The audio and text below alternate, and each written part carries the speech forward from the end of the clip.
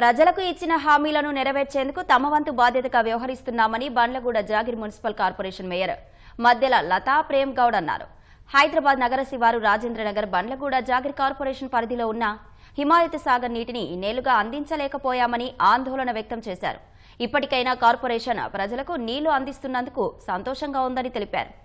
ఇందుకోసం ప్రభుత్వం 6,50,00,000 రూపాయలతో ఫిల్టర్ బెడ్ను ఏర్పాటు చేస్తుందన్నారు.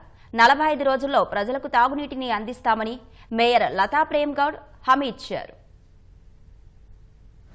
బండ్లగూడ జాగీర్లో ఎన్నో సంవత్సరాలుగా ఎదురు చూస్తున్నటువంటి నీటి సమస్య లేకుండా చేయడానికి ఫిల్టర్ గ్రిడ్స్ను ఈరోజు ఏర్పాటు చేయడానికి పనులు ప్రారంభించడం జరిగింది.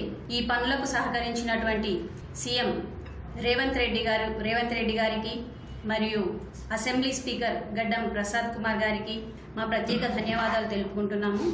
ఈ ఫిల్టర్ గ్రిడ్స్ ఏర్పాటు చేయడానికి ప్రభుత్వం నుంచి సుమారు 6,50,00,000 రూపాయలు శాంక్షన్ చేయడం జరిగింది.